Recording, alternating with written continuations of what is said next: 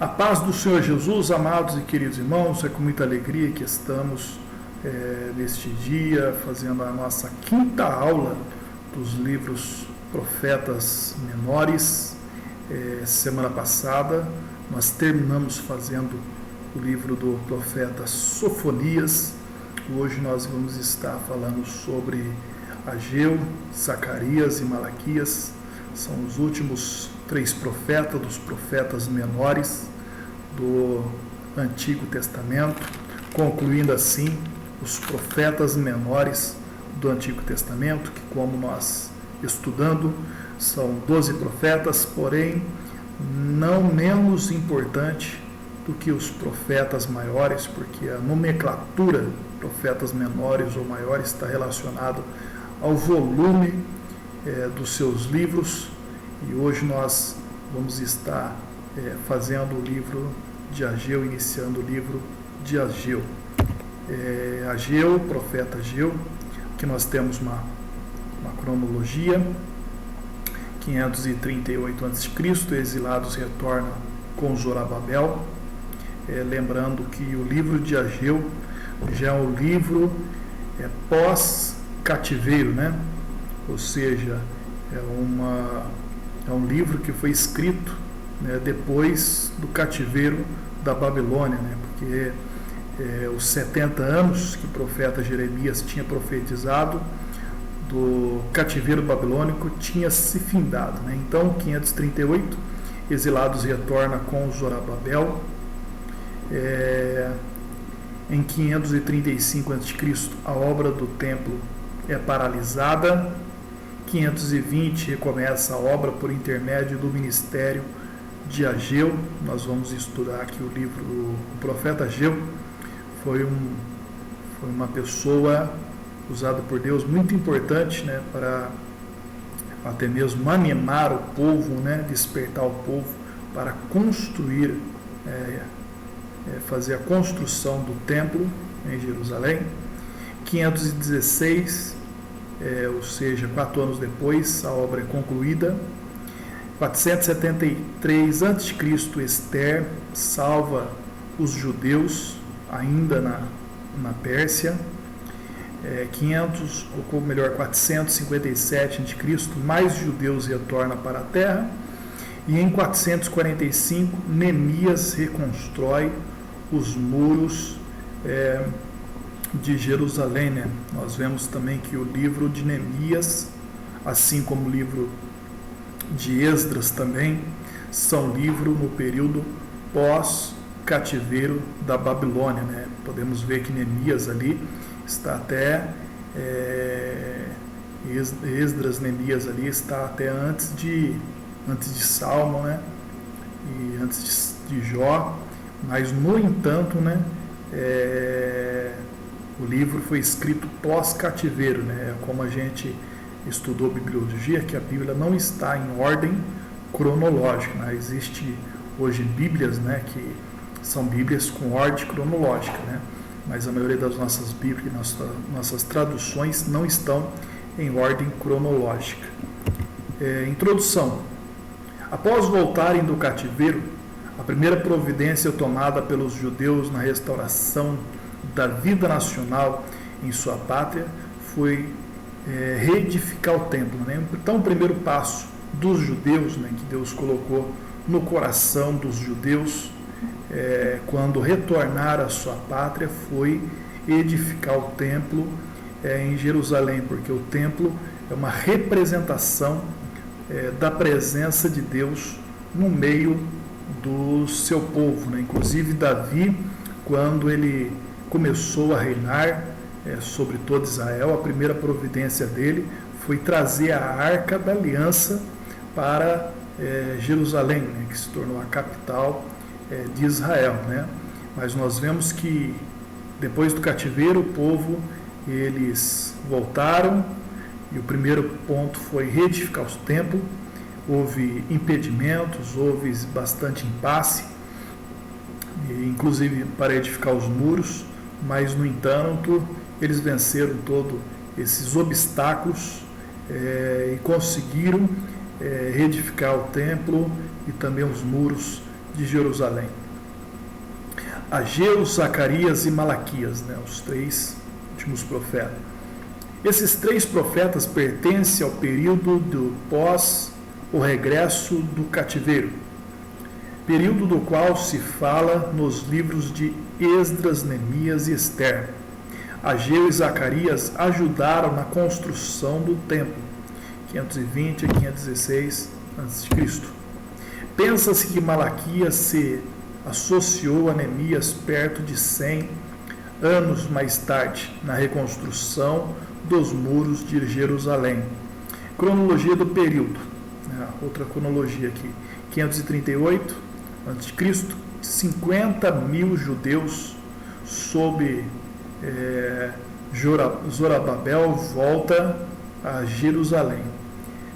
538, ainda, né, no 7º mês, edificaram o altar e ofereceram sacrifícios. 537, no 2º mês, começaram a obra do templo e ela é suspensa, né? Nós vemos que ela começou em 537, mas não demorou muito e a obra ela foi suspensa, né? Encontrou barreiras e dificuldades, né? 520, no 6º mês, dia 1, Ageu clama para a construção, né? Nós vamos estar estudando o livro de Ageu, nós vamos ver que o livro de Ageu tem esse caráter, né, de inspirar o povo, despertar o povo para a construção do templo, né? Deus usa o profeta Ageu dizendo até mesmo que o povo não estava prosperando, o povo ele não estava não estava tendo sucesso, o povo estava plantando muito e colhendo pouco, o povo estava em miséria por causa que tinha esquecido do templo, né? Que cada um cuidou da sua casa, dos seus negócios e esqueceram a casa de Deus, né? No sexto mês, dia 27, começa a construção. No 7º mês, dia 21, segundo o apelo de Ageu. E em 520 a.C., no 9º mês, dia 24, 3 e 4, apelo de Ageu, né? 3º e 4º apelo de Ageu. 516 a.C., no 12º mês, dia 3, acaba-se o templo. Em 515, no 1º mês, dia 14 a 21, Páscoa jubilosa, né? Eles celebram a Páscoa já com o templo já reedificado, né? 458, Esdras vem a Jerusalém e empreende reformas, né? Na verdade, Esdras, ele era, se não me falha a memória, além de sacerdote, ele era um escriba hábil na lei de Moisés, né? Então, ele era um escriba com grande habilidade e conhecimento na lei de Moisés, e a reforma que Esdras empreendeu está relacionado à reforma do culto, do ensino, a reforma espiritual, né? Essa era a reforma de Neemias, né? Enquanto outros usados por Deus, né? Ou melhor, Esdras, né? Enquanto outros usados por Deus, assim como Neemias, 444 a.C., reconstrói os muros, no muro no período de Malaquias, né? Neemias estava ali envolvido, né, com a reconstrução, as reformas materiais. Esdras empreendia reformas espirituais no meio do povo, né? Até interessante nós analisarmos, né, porque quantas reformas, quantos empreendimentos materiais temos visto, né? Grandes igrejas, grandes prédios, grandes investimentos, né? Mas e as reformas espirituais, né? Precisamos de pessoas como Neemias, né, para fazer reformas espirituais no meio do povo, né? Judá fora conquistado, Jerusalém queimado, o templo demolido e o povo levado para a Babilônia em 650 a 587 a.C. Depois do cativeiro de 70 anos, uns 50 judeus retornaram à pátria, conforme o edito do rei Ciro, Esdras 1 e 2, em 538, sob a direção do governador Zorobabel e do sacerdote Jesua, começaram a reedificar Jerusalém, principiando pelo templo. Mas antes que removesse o entulho e lançasse os fundamentos desse, a obra foi suspensa pelos seus vizinhos e inimigos, né? Se nós estudarmos lá o livro de Esdras, o livro de Neemias, nós vemos lá que tinha opositores, inimigos, né, que pertenciam a outras nações que estavam inseridos ali, né, para atrapalharem, infiltrados para atrapalharem a obra do Senhor. Sabalaque e Tobias eram um desses, né, que diz lá no livro de Esdras e Neemias, né. Então, por isso que a obra foi suspensa. Esdras 4, por 16 anos nada mais se fez. Então, a obra começou, foi suspensa e ficou 16 anos a obra parada, né? Aquele projeto ficou parado. Houve impedimentos, houve adversidades para que aquela obra não continuasse, né? Mas no tempo certo Deus interveio através desse profeta Ageu e a obra prosseguiu novamente, né? Quantos projetos estão parados, né?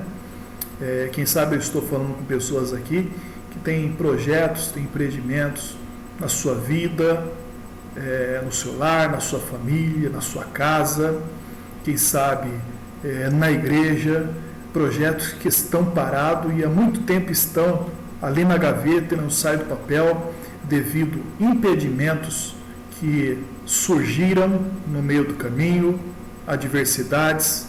Eu creio que estou falando com pessoas que têm projetos parados em sua vida, mas eu quero dizer no nome do Senhor Jesus que Deus, Ele vai intervir e a obra ela vai continuar, ela vai recomeçar novamente. Nós vemos que a obra da construção do templo, né, ali, que eles estavam fazendo a obra para o Senhor, né? Estava fazendo a obra para o Senhor e houve barreiras, houve impedimentos, né? Então devemos estar ciente que o inimigo ele sempre vai levantar, vai haver barreiras, vai haver impedimentos, né? Outras pessoas impedindo, impedimentos, quem sabe, financeiros, né? Mas no entanto, ficou 16 anos, a obra ficou parada, mas não ficou esquecida por Deus, né? Deus ele não esqueceu da obra que Ele tem na sua vida, no projeto, e Ele vai intervir no nome do Senhor Jesus. O novo rei Dario subiu ao trono da Pérsia, tinha boa vontade para com os judeus. Inclusive Dario foi aquele lá que, contra sua vontade, lançou Daniel na cova dos leões e ficou a noite inteira jejuando e orando por Daniel. E quando chegou no dia seguinte, Daniel estava salvo, né? Deus tinha livrado a Daniel e Dario tirou Daniel da cova e lançou os seus acusadores ali na cova do leão, seus inimigos, né? E os inimigos de Daniel acabou sendo devorado antes que os seus corpos chegassem ali na cova, no chão, né? Então nós vemos que Dario, ele foi uma pessoa que ajudou, contribuiu para os judeus. Então tinha boa vontade para com os judeus, o tempo era auspicioso, né? Então o tempo era um tempo oportuno para os judeus. E sobre a pregação e o encorajamento imediato de Ageu e Zacarias, a obra foi reiniciada e o templo acabado em 4 anos. Né? Você vê que eles ficaram 16 anos parados, mas quando Deus interviu, quando Deus entrou no meio, quando Deus ele agiu, né? Claro que ele agiu através também do povo, né? Quando o povo estava de braços cruzados, Deus não agia, mas quando o povo né, começou a reagir, né, então Deus, ele agiu, né, e foi acabada a construção em 4 anos. Capítulo 1 começa a obra no templo. 16 anos antes, os alicerces do templo tinham sido lançados. Está lá em Esdras 3, versículo 10.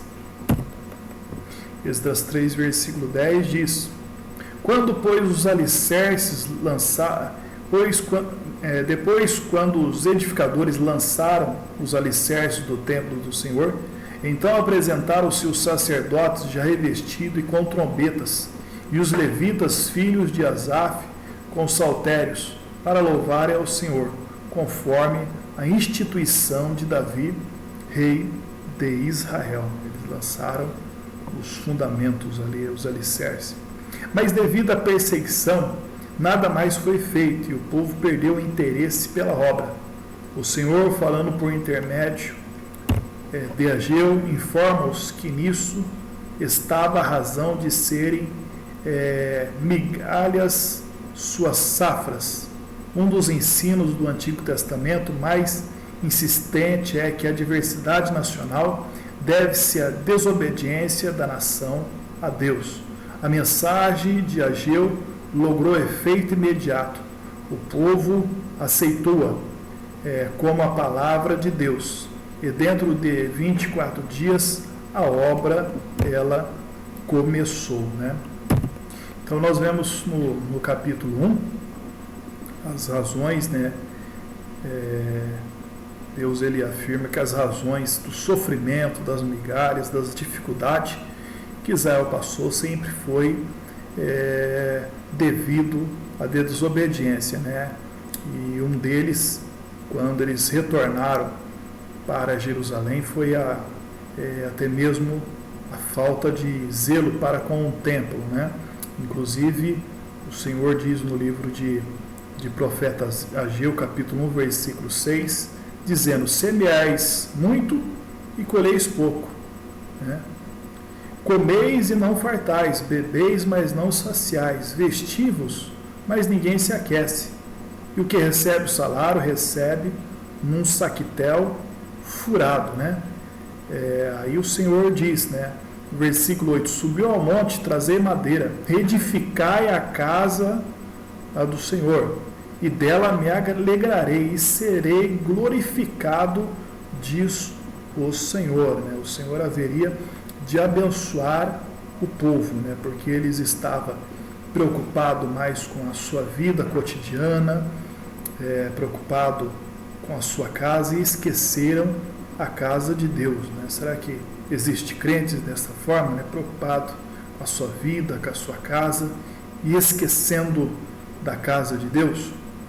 Capítulo 2, a glória futura da casa de Deus. Dentro de 27 dias, os velhos alicerces foram substituídos e se reedificou o bastante para que viesse os contornos e a figuração geral do edifício. A insignificância deste, comparada com a grandeza do templo de Salomão, fez com que os mais velhos, que tinham visto este, sentisse grande tristeza, né?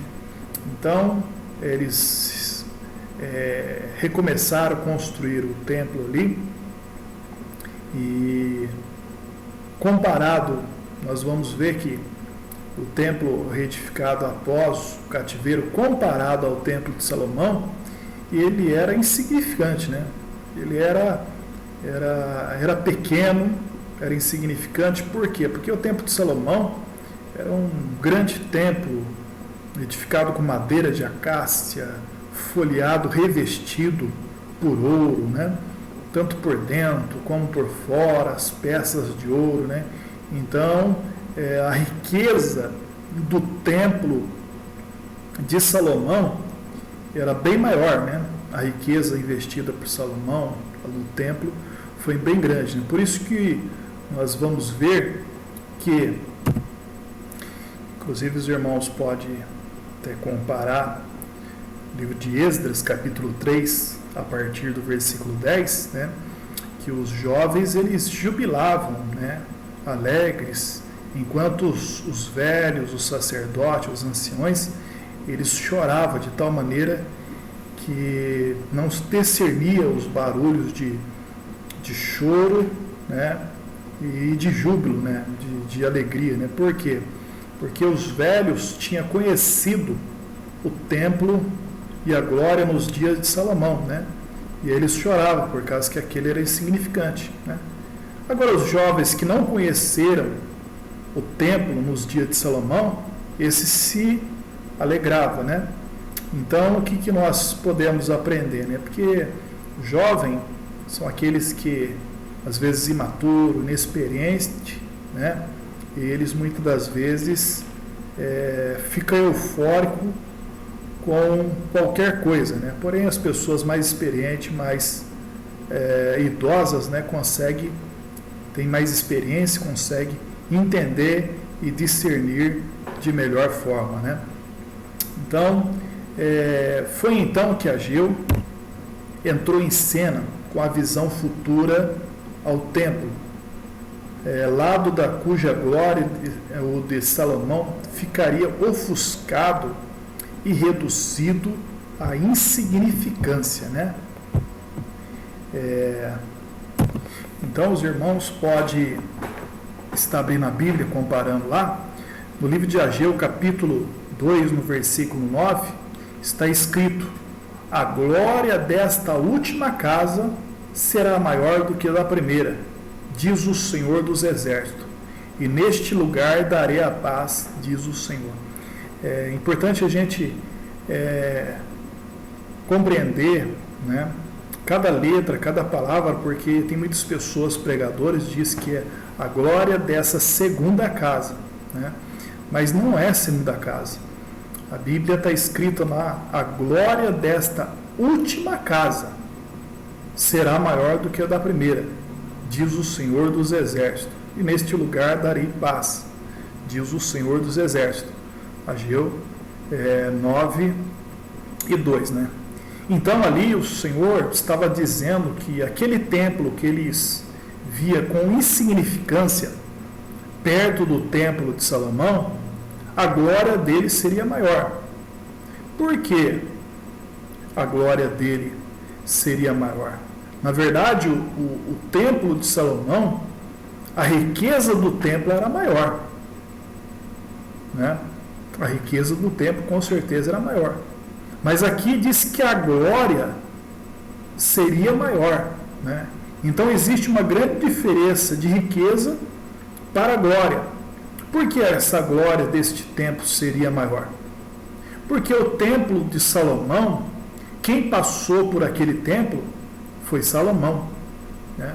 Mas agora este templo edificado ali, após o cativeiro ali, que profetizado por Ageu, quem passou nele foi Jesus de Nazaré. Aleluia!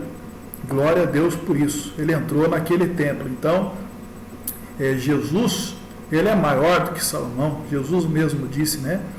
Aqui está aquele que é maior do que Salomão. Então, por isso que a glória seria maior. Mas só que está dizendo a glória desta última casa, né? Então, não significa que aquele templo seria a última casa, né? Porque a casa aqui está referindo à casa de Deus. E casa de Deus refere-se aonde Deus ele habita, aonde Deus ele se manifesta, né? Então, na verdade, ali é uma profecia também a respeito da igreja do Senhor, né? Então, essa referência à igreja está lá em 1 Coríntios, capítulo 3, versículo 16, que está escrito: não sabeis vós que sois templo de Deus e que o Espírito de Deus habita em vós? Se alguém destruir o templo de Deus, Deus destruirá, porque o templo de Deus que sois vós é santo. Então, é uma referência aqui à igreja, né? Então, a glória da igreja, ela é maior, né?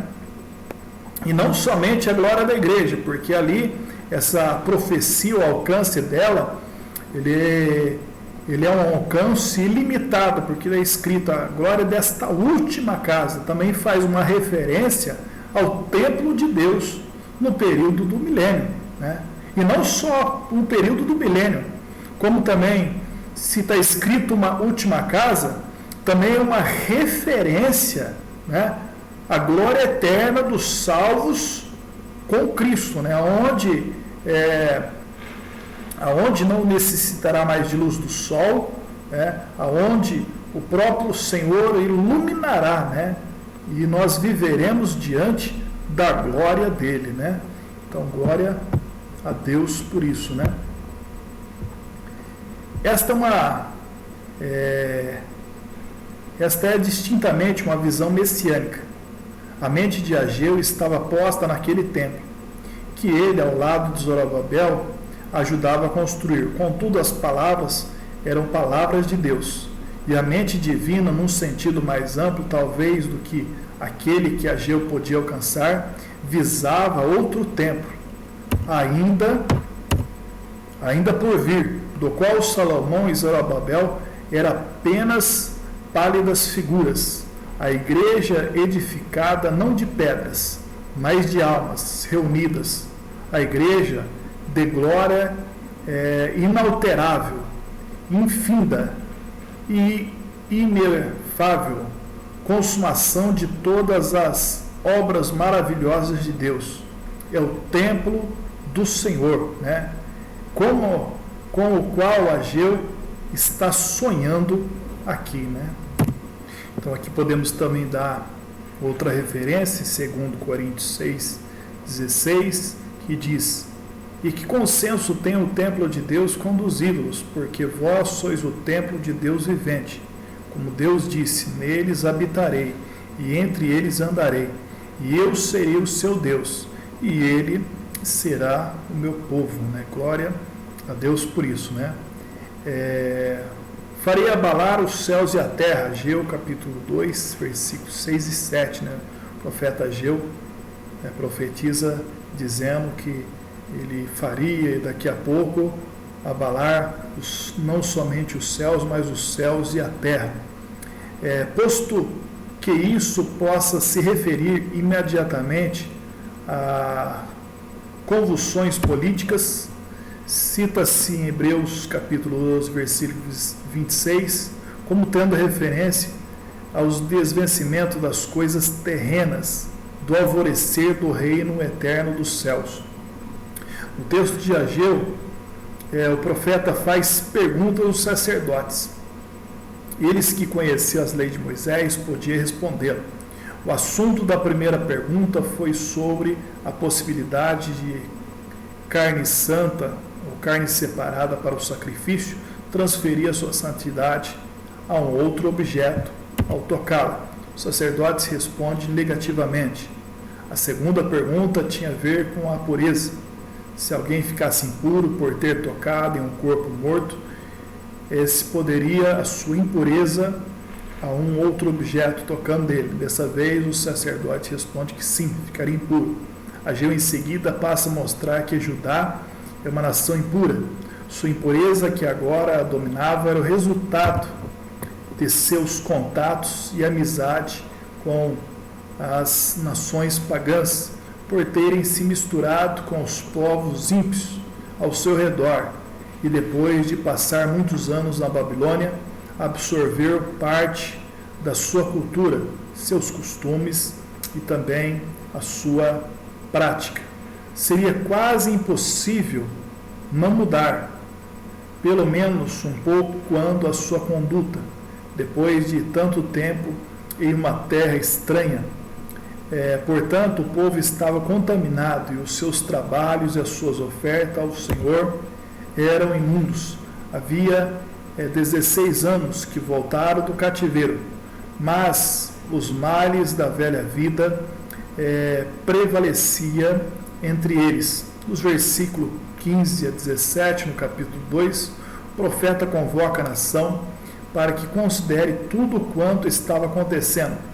O profeta sugere que o povo dê uma olhada retrospectiva para os dias que havia voltado do cativeiro antes de iniciar qualquer obra. Não havia abundância de víveres e as lavouras haviam sido contaminadas pelas pestes e o povo estava na miséria, porque havia cultivado o campo sem antes buscar a bênção e a direção de Deus para as suas vidas.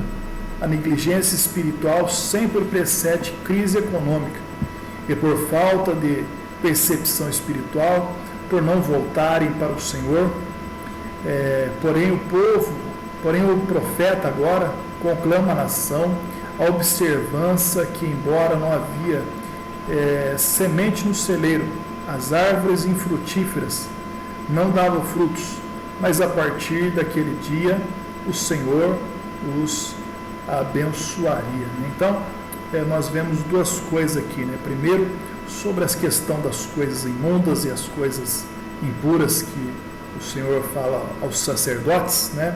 Devido à influência dos outros povos, das outras nações, da cultura, da idolatria, né? Inclusive, a palavra santo, né, significa separado, né? A igreja, que é eclésia, que significa chamados para fora, né? Deus, ele chamou também a sua igreja para que seja separado, né? Chamado para fora deste mundo, né? Para fora das coisas más neste mundo, né? Para que sejamos povo diferente, né? O cristão precisa ser diferente. Na verdade, a Bíblia diz no livro de Tiago, que Tiago capítulo 4, também no versículo 4, que diz: adúlteros e adúlteras, não sabeis vós que a amizade do mundo é inimizade contra Deus? Porque qualquer que seja amigo do mundo constitui-se inimigo de Deus, né? Então o crente, ele precisa ser inimigo do mundo, ele precisa se separar do mal, ele precisa não se conformar, né, com este mundo. A Bíblia diz que o mundo já é do maligno, devemos tomar cuidado com as amizades, as companhias, né, porque essas podem nos influenciar a nossa vida. Não, mas não tem problema, é só um amigo e tal. Mas só que Davi, ele escreveu dizendo: companheiro sou de todos aqueles que temem ao Senhor. Está lá em Salmos 119, versículo 63, Davi diz: companheiro sou de todos aqueles que temem ao Senhor. Então, devemos tomar cuidado com aqueles que dizem amigos, amigas, né? E não professa a mesma fé. Toma cuidado, né? Porque as companhias, através da companhia de outros povos, né? Influência de outros povos, que Israel, ele caiu na idolatria, né? Acabe casa com Jezabel, uma mulher também que pertencia a outras nações, né? Então, esta influência pode levar à ruína, né? Inclusive, né? Por quê? Por que Judas Iscariotes, traiu Jesus com 30 moedas de prata? Por quê? Por que Judas traiu? Né? Será que foi da noite para o dia? É claro que não, né? Judas era um dos discípulos de Jesus, mas ao mesmo tempo que Judas estava andando com Jesus, com seus discípulos, Judas estava já andando com os sacerdotes, com o sumo sacerdote, né, com os escribas, com aquela classe de pessoas que era contra a Jesus, né? Então, acho que numa das conversas, falou: Judas, se você entregar ele para nós te damos 30 moedas de prata, né? Então, foi as companhias que levou Judas a trair a Jesus, né? Então, devemos tomar muito cuidado, né? Então, até aquele momento, Israel estava na miséria, Israel estava perecendo. mas como eles aplicou o seu coração a buscar o Senhor, a edificar o templo, Deus ele promete bênçãos sobre a vida da nação, né? Inclusive o Senhor diz na sua palavra: porém o profeta agora conclama a nação, observa, embora não havia semente no celeiro, né? No livro de Ageu, capítulo 2, no versículo 19, nós temos uma pergunta, né? Há ainda semente no celeiro? É uma pergunta que o profeta faz para a nação. Ainda há semente no celeiro? Né? E essa mesma pergunta, né, Deus ele faz para nós, né? Há ainda semente no celeiro? Existe semente? A semente, né? A boa semente, diz a Bíblia no livro dos Evangelhos, que a boa semente é a palavra de Deus, né? Então, há semente ainda no seu coração, há semente na sua vida, né? Se há semente ainda, Deus ele é poderoso de fazer essa semente germinar, frutificar, prosperar, né? Então, ali o Senhor lhe promete, né? A partir deste dia em diante, abençoarei. Se há semente no celeiro aí, o Senhor haverá de abençoar, haverá de prosperar. Considerando as palavras proféticas de Ageu à luz da história, né? Ageu 2, capítulo 2, versículo 20 e 22, à luz da história e da interpretação bíblica, vemos que esta profecia aponta para os eventos dos últimos dias. Os irmãos podem estar dando uma lida lá, Ageu 2, 20 a 22, está escrito: e veio a palavra do Senhor segunda vez a Ageu, aos 24 do mês, dizendo: fala a Zorobabel, príncipe de Judá, dizendo: farei tremer os céus e a terra, e derribarei o trono dos reinos, e destruirei a força dos reinos das nações, e destruirei o carro e os que nele se assentam, os cavalos e os que andam montados neles cairão, cada um pela espada do seu irmão, né? Então aqui nós vemos uma passagem que aponta uma profecia para eventos dos últimos dias. Continuando a leitura aqui, naturalmente a profecia aponta para o tempo quando as nações serão subjugadas pelo poder de Deus, e Israel não será mais oprimido na mão dos inimigos. Findará a grande tribulação e virá o milênio. Os eventos bíblicos mencionados no versículo 22, a batalha do Armagedon, conforme escrito em Apocalipse, né? Então nós vemos que apenas 2 capítulos existe nesse profeta maior, profeta Ageu, e nós já vemos profecia também escatológica, né? Aspecto escatológico, né? Inclusive no livro de Zacarias também tem bastante profecias, um aspecto escatológico que aponta para o fim dos tempos, para o reinado de Cristo, né? O governo de Cristo. Essas profecias estão, né, nesses livros, né, também. As últimas palavras de Ageu apontam para o Messias. A escolha de Zorobabel como anel de selar é uma referência a Cristo, visto que o governador de Judá pertencia à casa de Davi, com a qual o Senhor havia estabelecido a sua aliança messiânica. Olha o que diz lá Ageu capítulo 2, 23, né? Naquele dia, diz o Senhor dos Exércitos: te tomarei, ó Zorobabel, filho de Saratiel, meu servo, diz o Senhor, e te farei como anel de selar, porque te escolhi, diz o Senhor dos Exércitos. É claro que aqui uma referência a Cristo, né, que é descendente de Zorobabel, da descendência de Zorobabel, da descendência de Davi, onde o Senhor tem uma aliança, né, aliança messiânica, aliança de Cristo. Zacarias e Malaquias, né? Vamos entrar no livro de Zacarias agora. Aqui em Zacarias nós vemos também uma cronologia, né? 535 a.C. a obra do templo era paralisada. Em 520 a reforma a obra pelo ministério de Ageu e Zacarias. 516 o templo concluído. 473 Ester salva os judeus ainda na Pérsia. Em 453 mais exilados retorna com Esdras, né? Zacarias foi contemporâneo de Ageu. Enquanto parece que Ageu era já muito idoso, Zacarias apresentava ser mais jovem, visto que era neto de Ido, o qual voltara para Jerusalém 16 anos antes, né? Lá em Neemias capítulo 12, versículo 4 a 16. Já havia 2 meses que Ageu pregava e a obra do templo tinha começado, quando Zacarias entrou em cena. Todo o ministério de Ageu, de que se tem notícia, durou pouco menos de 4 meses.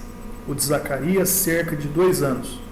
Mas, sem dúvida, eles cooperaram para a construção do templo, né? O templo começou a ser construído em 520 e a obra foi concluída em 516, né? Todos os 4 anos, exortando, animando, ajudando e trabalhando, né? É interessante essa anotação aqui, que tanto Ageu como Zacarias, né, eles estavam ali influenciando os judeus, né, animando os judeus para edificarem a obra, né, para reconstruir o templo, o culto, a adoração a Deus, né. E eles não somente exortavam, mas eles também colocavam a mão na massa, né. É engraçado que nos dias de hoje a gente vemos cristãos, às vezes vemos dentro da igreja pessoas que só sabem criticar, né? Que só sabem falar mal do pastor, falar mal do irmão, né? Só sabe criticar, né? Mas só que às vezes ajudar, não sabe ajudar, né? Tem pessoas que não sabem, né? Mas nós vemos aqui que eles exortavam, eles animavam, eles ajudavam e eles trabalhavam também, né? Então ele não somente, né, dizia para o povo fazer, mas eles faziam também. Eles animavam o povo, né? Muitas das vezes existem muitos irmãos que estão no nosso lado, que precisam de uma palavra de ânimo, uma palavra de incentivo, né? Que precisam de uma ajuda, né? Seria, com certeza, seria de grande benefício da obra, né? Não, eu vou ajudar você, irmão. Não fique assim, continua, né? O Senhor contigo, eu vou estar orando por você, né? Faz isso, ora pela pessoa, né? Às vezes tem pessoa que só sabe falar mal, né? Só sabe criticar, critica o pastor, critica o obreiro não sabe pregar, o obreiro não sabe fazer culto, critica a mocidade, né?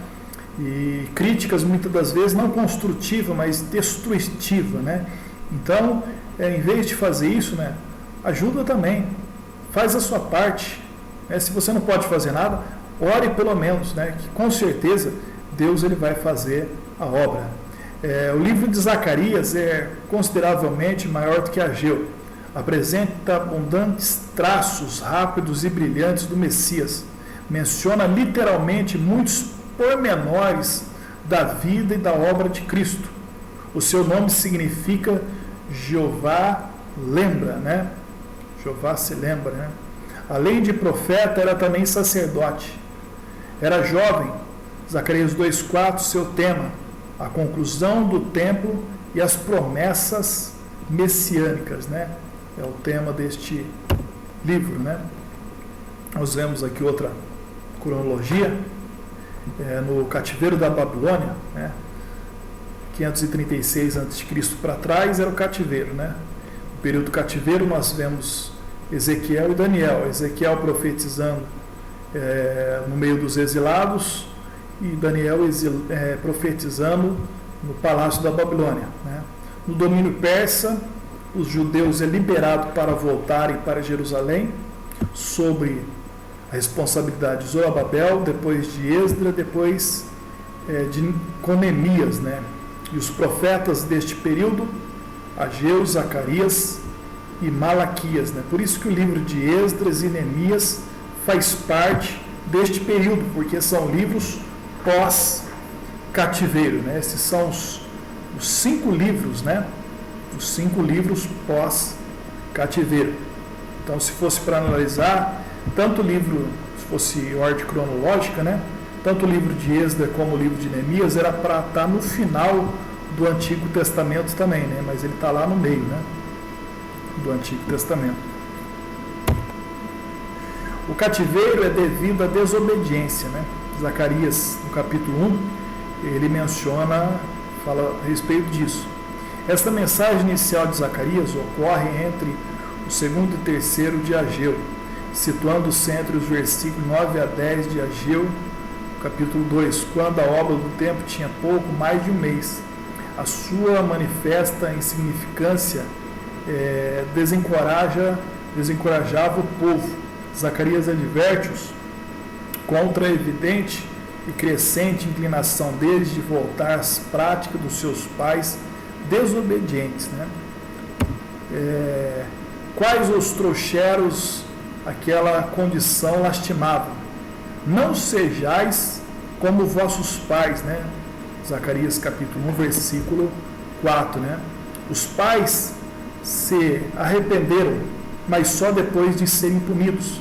Agora uma nova oportunidade está sendo oferecida à nova geração para que se estabeleça no Senhor. Pergunta o profeta: vossos pais, onde estão eles, né? E os profetas, acaso vivem para sempre? Depois dessa passagem, depois passa a animá-los, né, com visões que Deus lhe dera do futuro magnífico, né? Os cavalos entre as murteiras, né? Zacarias, capítulo 1, versículos 7 a 17. A primeira visão ocorre no 11º mês do ano 520 a.C. Na sua primeira visão, Zacarias viu 3 personagens montados em 3 cavalos de cores diferentes, a andar entre as murteiras. O homem do cavalo vermelho, que para entre as murteiras, e o anjo do Senhor. Trata-se da pessoa de Cristo.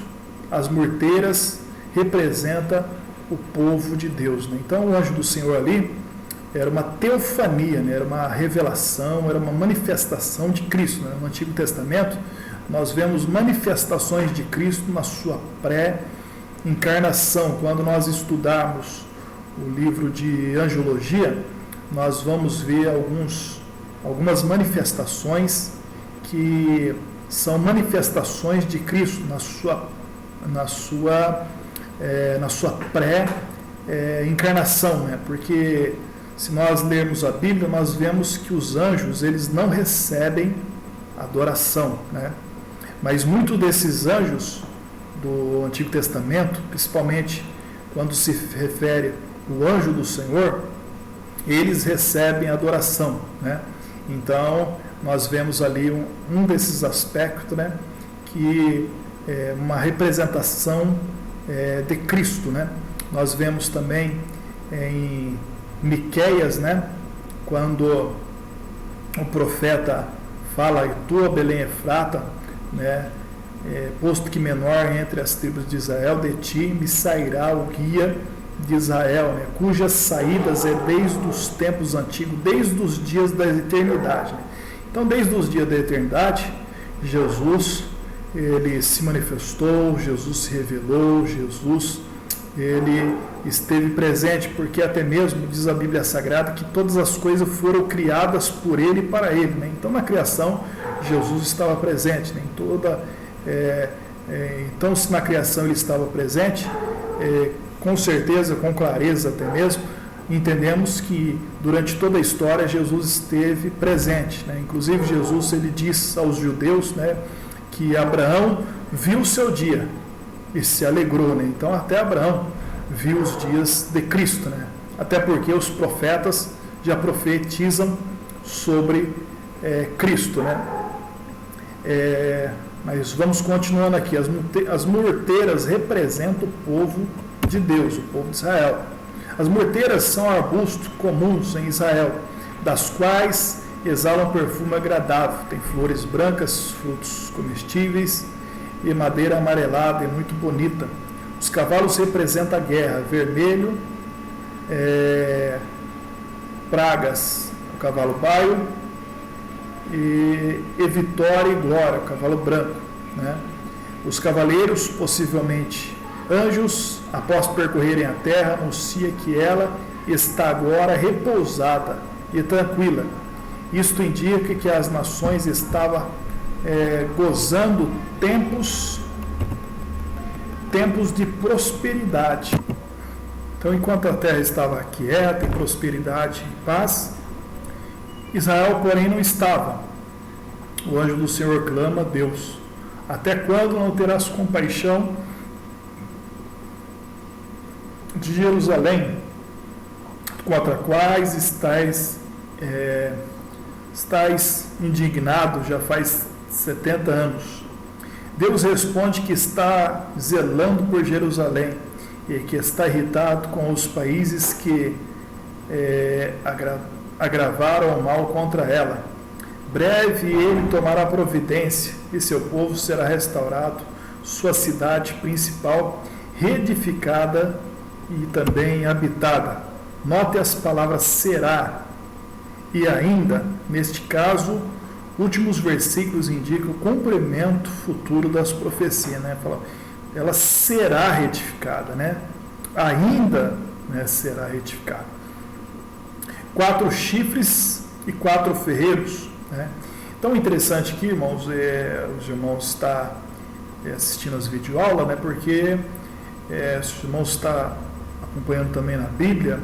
Nós, além de falar sobre as profecias, né, que estão no livro, né, nós vemos algumas interpretações, né, as interpretações mais coerentes, mais próximas, né, porque existe textos na Bíblia Sagrada de difícil interpretação, né, que muitas das vezes a pessoa vai pregar e não consegue entender o significado daquela mensagem, e pelo fato de não conseguir entender a mensagem, também não consegue pregar, transmitir a mensagem, né? Inclusive, vemos que é muito difícil, né, alguém, por exemplo, pregar no livro de Ageu, né? Às vezes, tem alguns que até pregam, né? Os irmãos já até ouviram, acredito que ouviram pregação no livro de Ageu, né? Mas só que quando vai pregar no livro de Ageu, prega só apenas aquele versículo, aquela passagem, né? A glória desta última casa será maior que a primeira, né? E no livro de Zacarias, já é um livro não tão popular, né? Não tão pouco pregado, né? Existe até mesmo pessoas que até mesmo pode dizer que nunca ouviu uma mensagem no livro do profeta Zacarias, né? Por quê? Porque existem muitas profecias ali de difícil interpretação, né? Inclusive, tinha um certo pregador, um certo irmão, que foi pregar uma mensagem, né? E é daqueles, né, que onde cabia a Bíblia, Deus vai falar, né? Eu não preparei uma mensagem, né? Fui pego desprevenido, né? Aí então ele abre a Bíblia, aí está lá, né, a passagem que nós estudamos anteriormente aqui sobre os cavalos, né? Os cavalos vermelho, cavalo baio, né? Aí ele leu a passagem e fala sobre os cavalos, os cavaleiros, o cavalo baio. Aí ele começa a pregar na passagem que leu, né? Falou: então, irmãos, a Bíblia diz aqui sobre o cavalo baio. Então, o cavalo baio é um dos cavaleiros aqui. E o cavalo baio, aí não ficava nisso, irmãos, não conseguia pregar a palavra, não conseguia interpretar o texto escrito, né? Se você não consegue entender aquele texto, né, é bom que nem pregue naquela passagem, né? Então, tem pessoas que têm uma dificuldade de interpretação, e aqui, nos nossos estudos, nas nossas videoaulas, nós procuramos, né, trazer uma máxima, uma clareza, uma compreensão né, mais próximas da interpretação do significado, né? Até mesmo porque profecias já cumpridas é mais fácil você interpretar porque já se cumpriram, né? Mas profecias que ainda não se cumpriram, né? A gente muitas das vezes temos um entendimento e às vezes pode acontecer de não ser 100%, né? 100% correto, né? Mas procuramos ter uma coerência bíblica, porque a Bíblia explica, a Bíblia ela mesmo, né? Se interpreta, né? Pela palavra de Deus. Então aqui os 4 chifres, os 4 ferreiros, está lá em Zacarias capítulo 1, do 18 a 21. A segunda revelação simbólica, a derrota dos inimigos de Israel. Os 4 chifres são forças opressoras, possivelmente, né, os 4 impérios, né, que governou, né, Babilônia, Pérsia, Grécia e romanos, né? Inclusive, irmãos, o povo de Israel ele chegou a ser oprimido por esses 4 impérios, né? Tanto pelo Império Babilônico, né? Império Persa ele foi um pouco favorecido, né? Tanto o Império Persa, né? Já no Império Grego, depois da morte de Alexandre, né? O Império foi dividido pelos seus 4 generais. Também Israel foi oprimido, né? Pelos gregos, né? E também pelos romanos, né? Só o Império Persa que eles foram, de certa forma, favorecidos. Mas mesmo assim, eles eram submissos, julgados, né? Sujeitados, podemos dizer, tributados, né? Ele estava debaixo do senhorio desses 4 impérios, estava subjugado desses 4 impérios, né? Os 4 ferreiros são os agentes de Deus, né? Possivelmente anjos, né? Ou homens, né? Usados como instrumento de Deus, que esmagarão os chifres, findando assim as suas ameaças e tirania. Jerusalém é medida, né? Está em Zacarias 2. A explicação da terceira visão, em que a cidade de Jerusalém é medida, mostra que a cidade santa será grande e cheia de gente. Fala da volta de Jerusalém, dos judeus que foram espalhados pelo mundo afora, né? Até hoje existem os judeus espalhados pelo mundo afora. A população será tão numerosa que se estenderão além das muralhas da cidade.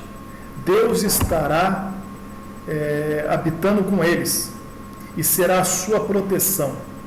Esse trabalho do Senhor é tão vital que ele requer silêncio de toda a terra ao efetuá-lo. Notemos que durante essa terceira revelação, um segundo intérprete angelical aparece para transmitir informações ao primeiro anjo que falava a Zacarias. O primeiro mensageiro tinha explicado o significado das primeiras 2 visões para o profeta, né?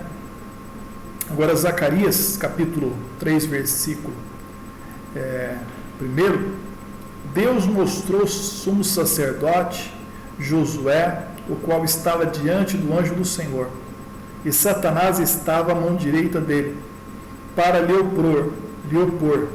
Mas o Senhor disse a Satanás: o Senhor te repreenda. Ó Satanás, sim, o Senhor que escolheu a Jerusalém te repreenda. Não é este um tição tirado do fogo? Ora, Josué, trajado de vestes sujas, estava diante do anjo, né? Como nós entendemos essa revelação? Como nós entendemos essa profecia bíblica, né? Acredito que alguns irmãos já lendo o livro de Zacarias chegou a ler esse versículo, né? E até mesmo, quem sabe, não entender, né? Mas vamos lá. Na quarta visão, o sacerdote Josué simboliza todo o sacerdócio de Israel, né? Então, Josué, ele é o representante do sacerdócio de Israel. As suas vestes sujas representam manchas do pecado. A remoção das mesmas e os finos trajes que lhe foram dados significa perdão, né? Porque o anjo ali trocou, né? Deu vestes novas a Josué, né? Que era o sacerdote, e Zorobabel era o governador, né? Bem como a sua restauração ao seu primeiro estado glorioso. O simbolismo abrange todos os judeus, um povo de vocação sacerdotal, representado por Josué. Vemos aí a promessa de purificação de toda a nação, né? Porque o sacerdote até mesmo é aquele representante do povo diante de Deus, né? Aquele que traz o pecado do povo, oferece sacrifício em favor do povo, que intercede a favor do povo. Esse é o sacerdote, né? Então vemos a purificação da nação israelita. O sumo sacerdote e os homens de presságio, os homens que são sinal, isto é, protótipo de eventos e coisas futuras, né? Então ele era Josué era um protótipo, né? Era um presságio, era um sinal dos eventos futuros, né? Precederão também a vinda do renovo, o Messias. É uma segunda promessa registrada nessa visão, que iria se cumprir entre o povo escolhido de Deus. Se os irmãos abrirem a Bíblia lá no livro de Zacarias, lá no capítulo 3, no versículo 8, está escrito assim, irmãos: Ouve, pois, Josué, sumo sacerdote, tu e teus companheiros que se assentam diante de ti, porque são homens poderosos. Eis que eu farei vir o meu servo, o renovo, né? Quem é este servo? Quem é este renovo? Porque ele traz essa visão, essa mensagem para o sumo sacerdote Josué, né? Então, o que é renovo, irmãos? Renovo, irmãos, acredito que todos os irmãos já viram uma árvore cortada pelo tronco, né? Quando se corta a árvore, sobra só o tronco, né? Sobra o tronco. Quando eu morava com meu avô, nós tínhamos lá um pé de abacate. Aí meu avô, ele cortou o pé de abacate, cortou no tronco aqui. Mas eu acredito que os irmãos já chegaram a ver, né?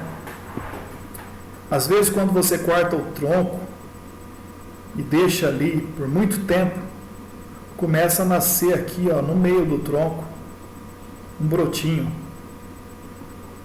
Começa a nascer um broto. E se deixar esse broto, ele vai crescendo. E se você deixar este broto crescer, ele vai se tornar uma grande árvore novamente, né?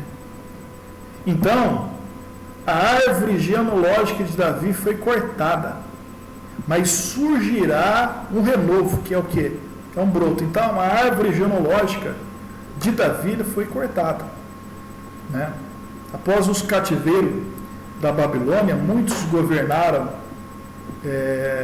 o povo de Israel, né? Inclusive até hoje, e muitas das vezes esses governantes não são da descendência de Davi, porque a promessa que Deus fez a Davi, que não faltaria sucessor, né, que governasse sobre o seu povo, né? Nós vemos que até no período de Jesus, Herodes, né, governador romano, né, indicado por Roma, governou o povo de Israel. Então a árvore genealógica de Davi foi cortada, mas só que surgirá, né, surgirá um renovo, um broto. E quem é esse renovo?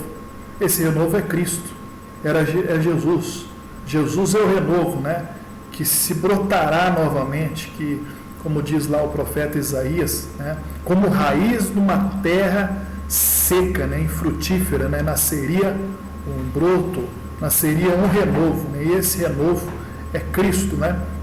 E por que fala aqui o sumo sacerdote de Josué? Porque Jesus, ele é o único que tem os 3 ofícios, né?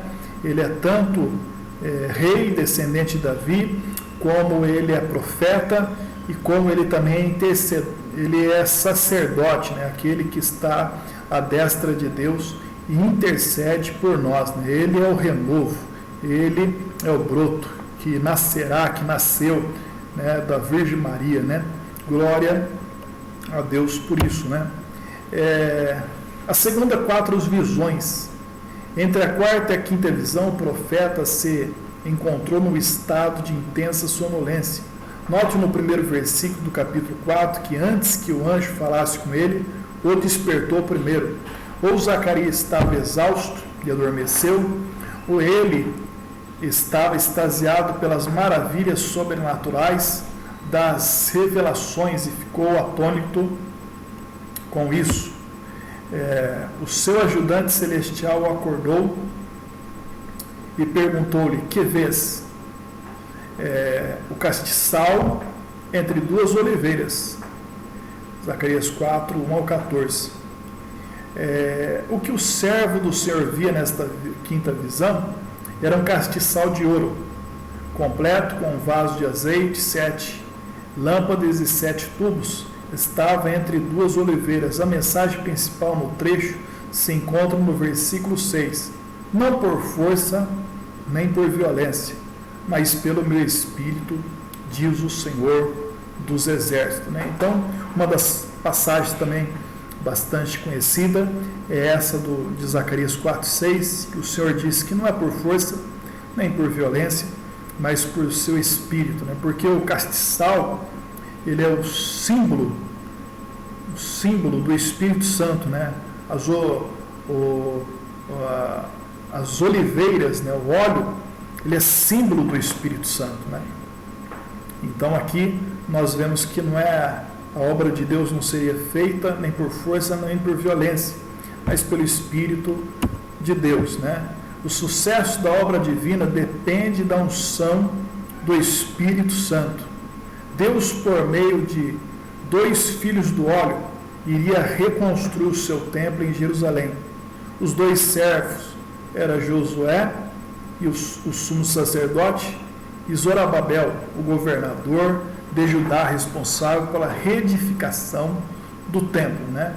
E eles, através do óleo, através do Espírito de Deus, eles realizariam esta obra, né?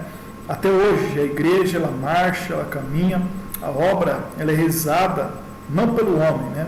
É através do homem, né? Mas não pelo homem, mas é pelo Espírito de Deus, né? Pela unção do Espírito Santo, não é por força nem por violência, né? Porque é o Espírito de Deus que convence o homem do pecado, do juízo e da justiça. Está lá em João capítulo 16, versículo 8, né? Quando ele vier, quando o Espírito Santo vier, convencerá o homem do pecado, do juízo e da justiça, né? Ageu capítulo versículo 1 são simbolizados pelas 2 oliveiras. O óleo, obviamente, representa o Espírito Santo. O candeeiro é o templo, que por sua vez representa Israel. A montanha, né? Zacarias no capítulo 4, no versículo 7, Zacarias 4, versículo 7, o Senhor diz: quem és tu, ó grande monte, diante de Zorobabel? Será uma campina, porque ele trará a primeira pedra, com aclamação, graça, graça a ela, né? Então, essa montanha significa os obstáculos que iriam ser derrubados e não impediria o progresso do trabalho restaurador do Senhor, né? Tu, ó grande monte, quem és tu, né? O Senhor disse para o grande monte: quem é você, grande monte? Quem é você, barreira, né? Quem é a barreira diante do povo de Deus, né? Quem é a dificuldade? Quem é o gigante, né? Davi, ele disse: quem é esse incircunciso, esse gigante que afronta o povo escolhido de Deus, né? Por quê? Porque diante de Deus não existe barreira, não existe obstáculo grande demais para que possa impedir, né? Diz a palavra em Isaías 43, 13, que na verdade, né, agindo o Senhor, quem impedirá, né? Quem pode impedir? Não existe muralha, não existe barreira, não existe gigante, não existe, né, adversidade, né, não existe tempestade que não possa acalmar, né? Também os 7 olhos de Deus significa a perfeição da sua visão, que percorre toda a terra e olha com grande satisfação o empenho de Zorobabel com o prumo na sua mão. Vemos então Deus falando ao seu mensageiro, mostrando que os seus desígnios se cumprirão quando os seus servos são ungidos pelo Espírito Santo e coopera com o mestre arquiteto, lançando mão à obra. Sua energia vem do Senhor, não de fontes humanas, né? Zacarias 5, o rolo volante. As últimas visões de Zacarias falam de condenação e juízo. O rolo enorme visto na 6ª visão representa a maldição, o julgamento, que cairá sobre os pecadores. O rolo simboliza a lei do Senhor, que declara que aquele que a transgride será amaldiçoado. Por toda a terra os rebeldes serão procurados, alcançados e expulsos do reino do Messias. Suas casas, suas vidas serão destruídas, né? Agora também, na outra visão, a 7ª visão, a mulher e a Efa, né? Na 7ª visão, a Efa, uma cesta, significa o comercialismo e também, como o versículo 6 indica a iniquidade em toda a terra, somada aos dois, resulta nos negócios ímpios que os comerciantes praticam. A mulher, a impiedade, a iniquidade é fruto de um coração ímpio. Na visão, o pecado, a Efa e a mulher, é transportado da terra de Sinar pelas 2 mulheres com asas. As mulheres voadoras que levam as pragas também são impuras. Isto se nota no tipo das asas que tinha, asas de cegonha, que era considerada uma ave imunda pelos judeus.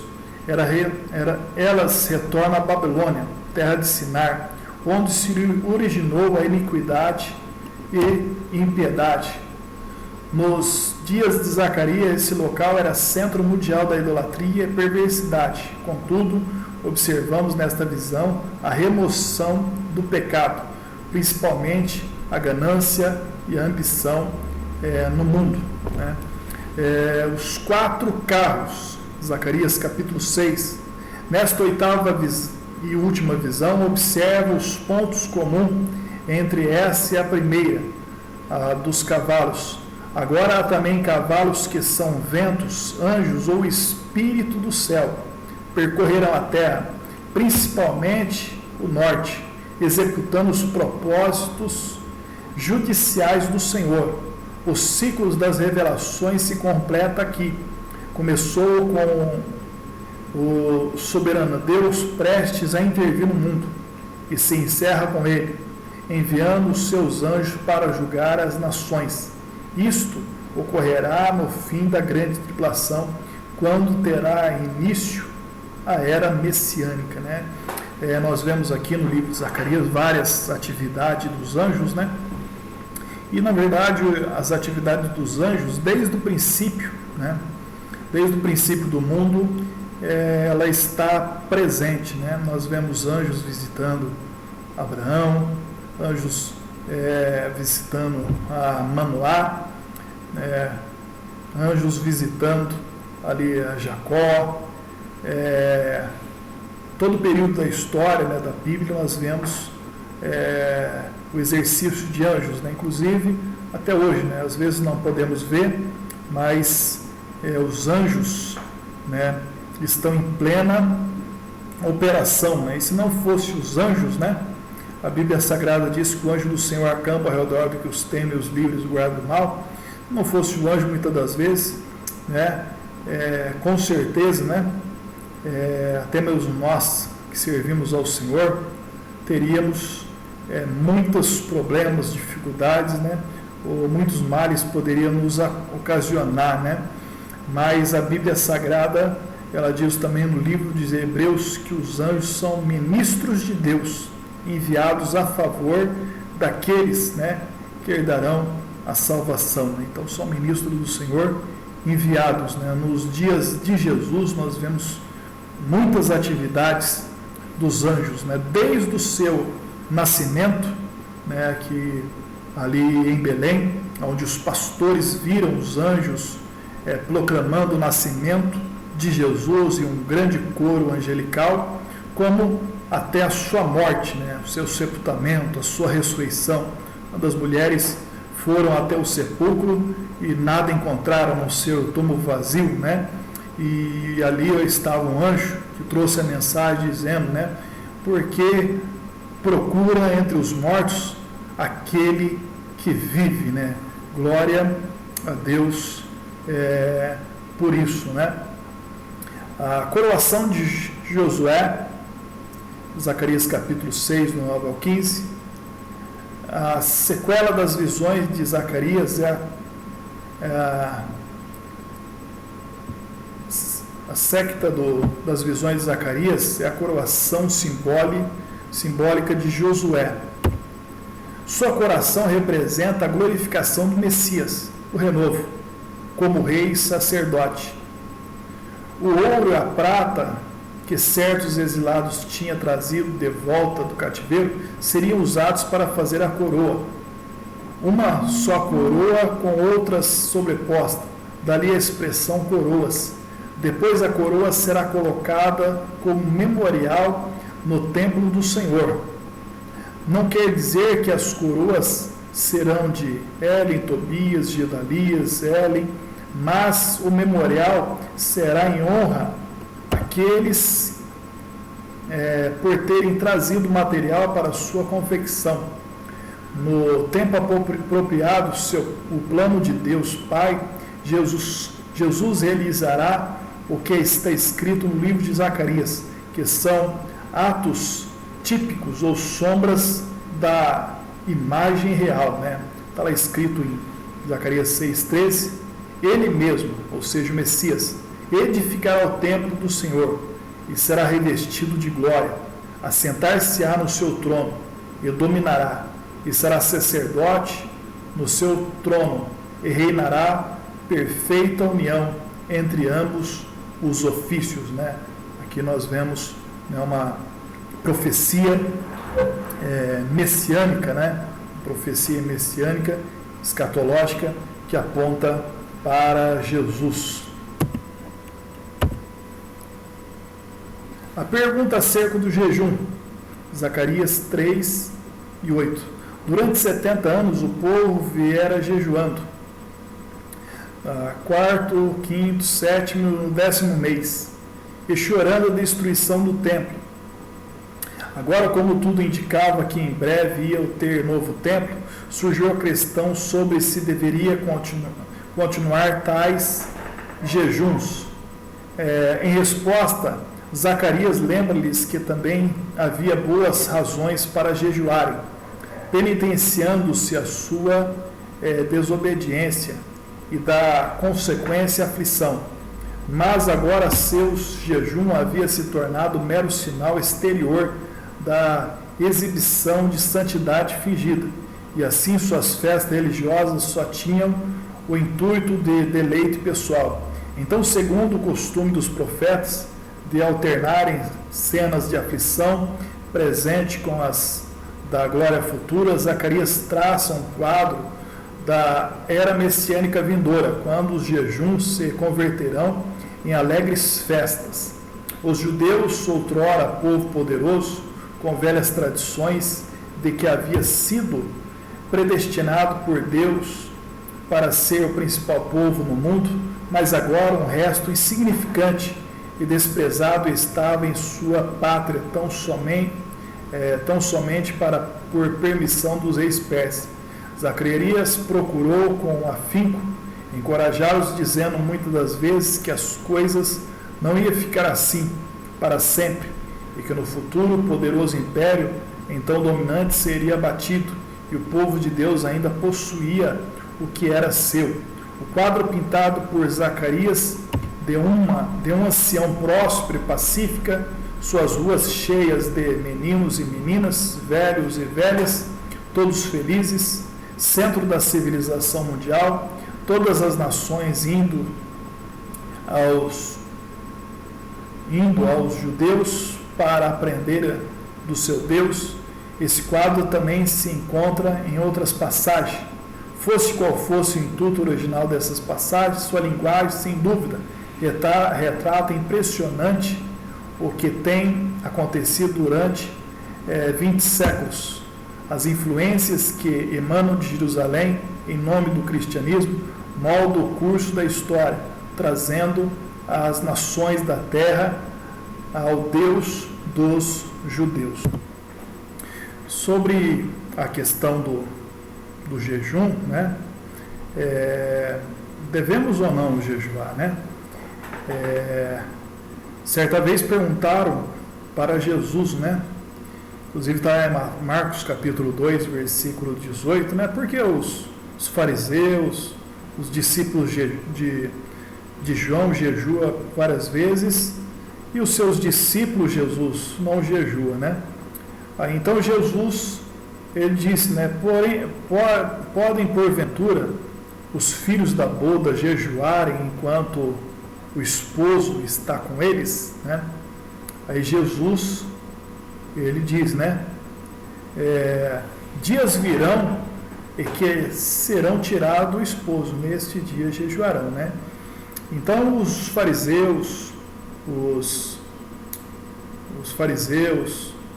discípulos de João, eles jejuavam, né? Mas principalmente os fariseus, eles jejuavam, né, para se aparecerem, para dizerem que estava jejuando, né, como um falso senso de piedade, né? Inclusive Jesus, né, ensinando sobre o jejum, disse para os seus discípulos: quando jejuardes, não mostrais contristados, né, para que o povo olhais e veis que está jejuando, né? Mas quando jejuar, lava o seu rosto, né? Muda o seu semblante, né? Para que não perceba que está jejuando, e seu pai que vem em secreto o recompensará publicamente, né?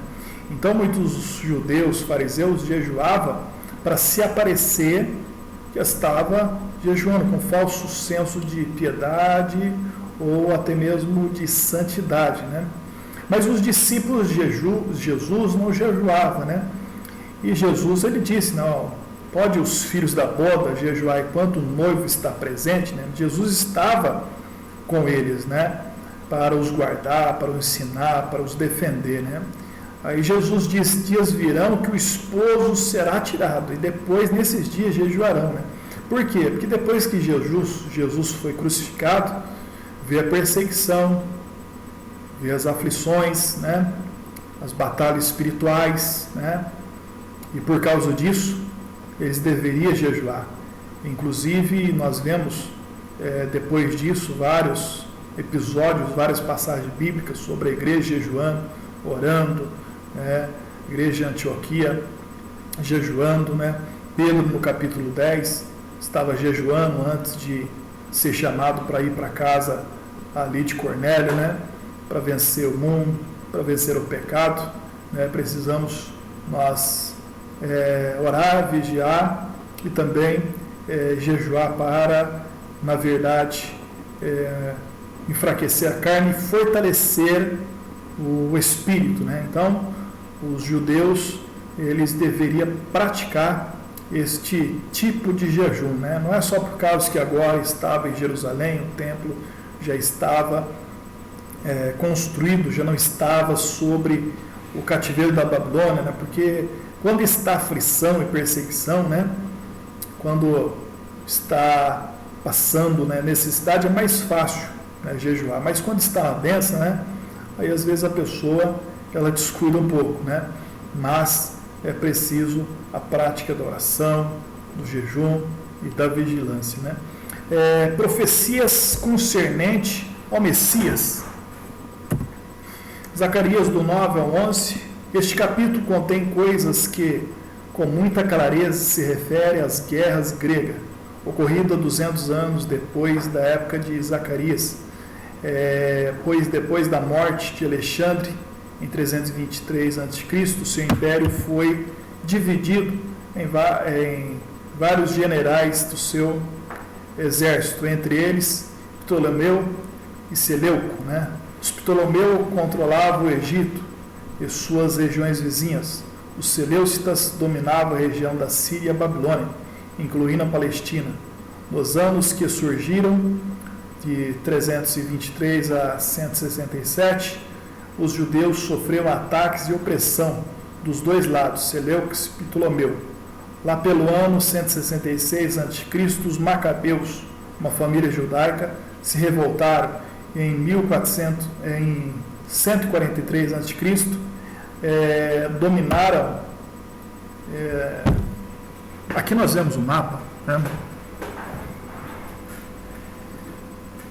desses dois principais impérios divididos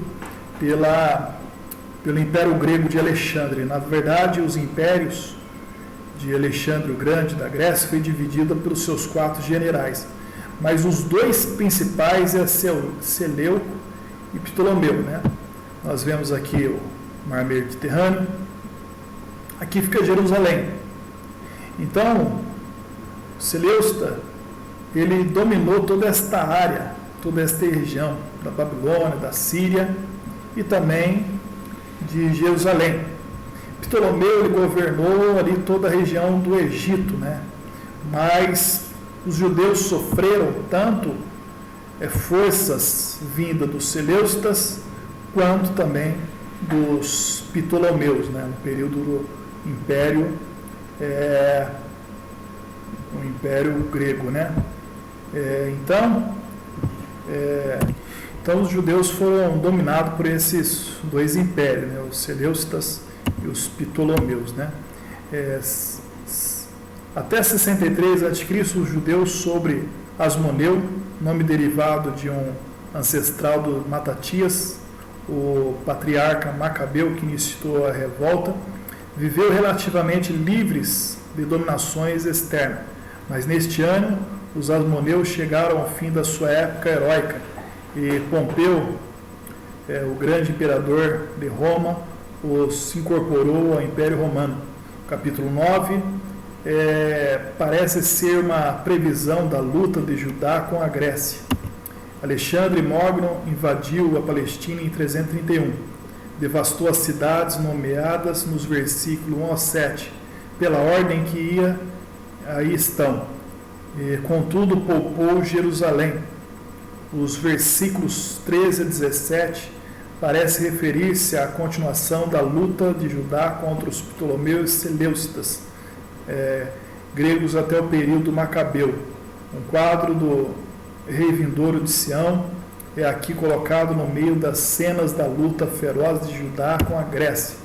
No versículo 9 é citado o Novo Testamento como se referindo à entrada triunfal de Cristo em Jerusalém. Mateus capítulo 21, versículo 5 e João 12, versículo 15. No mesmo fôlego, Zacarias 9:10, a profeta avança para o dia do triunfo final. É um vislumbre no começo do reino Messias, seguido de outro vislumbre do fim. Então aqui onde nós vemos, irmãos, no versículo 9, existe uma referência sobre Cristo, e a sua entrada triunfal, Zacarias 9, versículo 9. Os irmãos podem estar lendo lá, está escrito: alegra-te, ó filha de Sião, exalta, ó filho de Jerusalém, eis que o teu rei virá a ti, justo e salvador, pobre e montado sobre um jumento, sobre um asninho, filho de jumenta. Então nós vemos que ali se cumpriu a entrada triunfal de Jesus no livro de Mateus 21, versículo 5, quando Jesus entra montado num jumentinho. Nós vemos aqui o aspecto de uma promessa messiânica, que se cumpriu literalmente na pessoa de Jesus. Capítulo 10 é uma previsão da restauração do povo disperso de Deus. Naquele tempo, só um pequeno restante voltaria. Capítulo 11, a parábola dos pastores. O rebanho de Deus tinha se dispersado e havia sido morto, porque seus pastores foram falsos. Nessas acusações aos falsos pastores é uma representação do povo à rejeição do bom pastor. À vista do contexto, não relacionamos esta passagem com a traição de Cristo por Judas Iscariotes, mas o fato é que o Novo Testamento vem citada nesta revelação, né? Temos nisto a chave do sentido que Deus dá a essa mensagem. A rejeição do seu verdadeiro pastor foi acompanhada da quebra das varas, graça e união, isto é, o conserto do cuidado protetor de Deus e o adiamento da reunião deles em sua terra. Em seguida, são entregues ao pastor insensato. Pensa-se que aí a referência da destruição de Jerusalém pelos romanos, logo após a morte de Cristo, e a consequente nova dispersão dos judeus. É possível uma personificação de todos os perseguidores dos judeus, desde o período macabeu até o tempo da besta do capítulo 13.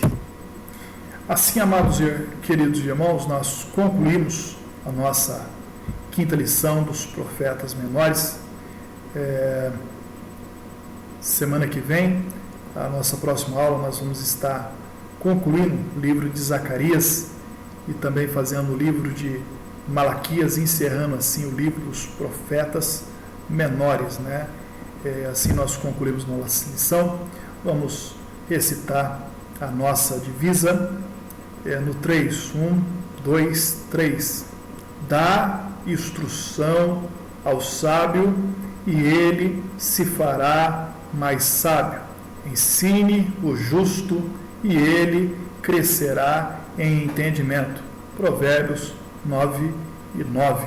Que Deus abençoe ricamente a vida dos nossos queridos irmãos e até a próxima aula, se assim o Senhor nos permitir. Deus abençoe a todos no nome de Jesus.